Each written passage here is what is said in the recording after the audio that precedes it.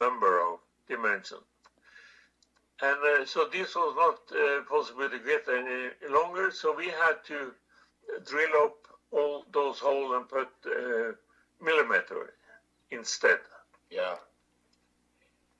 Well, so and that was in 1961. So maybe they just changed over it. Yeah. I'll tell you about that. I'll tell you a little story about threads on bolts.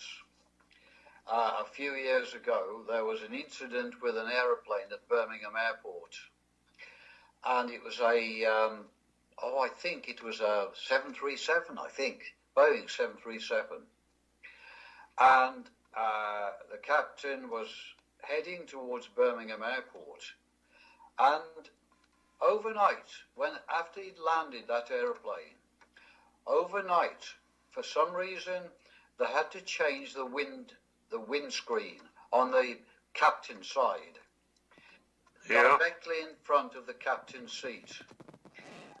Anyway, the following day, that was a Sunday when they changed that window on a Sunday night. The following morning, that aircraft took off from Birmingham Airport, and at some time when it reached altitude, because of the increasing cabin pressure, suddenly that window blew out completely. Wow! And the captain was sucked out of his seat. Oh my gosh! Out of his seat. His head and shoulders went through the windscreen. Unfortunately, on the flight deck there was a third member who was a cabin steward. Not crew. He was not crew. He was a passenger steward. Uh-huh. And he managed to grab the ankles of the captain and hold him in position. But for some reason, they could not pull him back into the cockpit.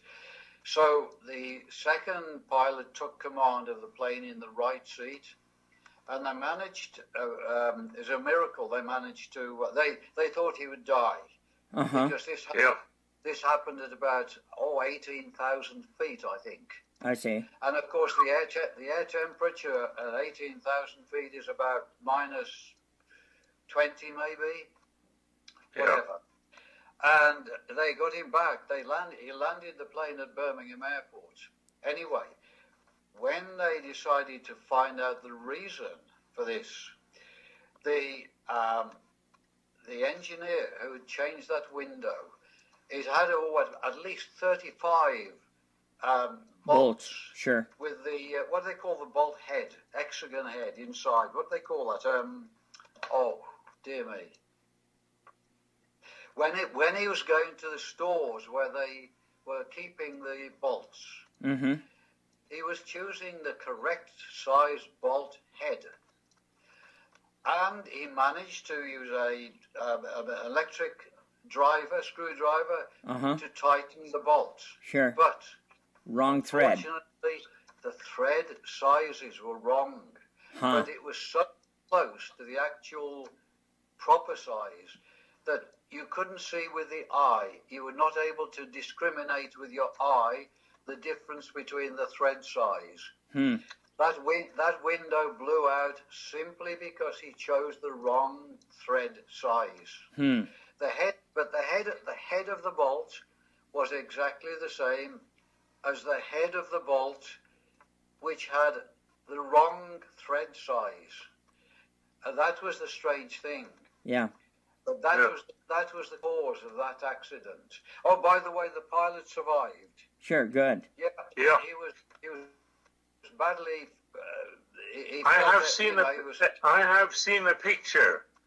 Oh, maybe there was something they made, but there was a picture of that captain hanging out over the. Yeah. They did the documentary of it, yes, on TV. Sure. Yeah. How long ago was that about? How long ago was that?